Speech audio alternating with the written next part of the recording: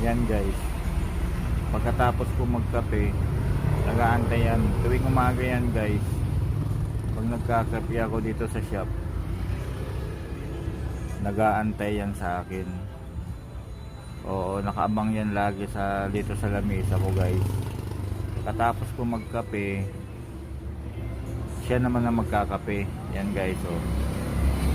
Oh. Tinitirahan ko siya ng kape guys. Lagi yan nakaabang sa akin tuwing umaga dito sa shop. Inaantay niya maubos yung kape ko, tapos pag binagay ko yung dyan sa baso na yan, yan, pati yung daga na yan, oh.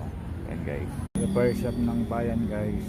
Yan, Motorola guys, Motorola ayaw mag charge. Yan guys,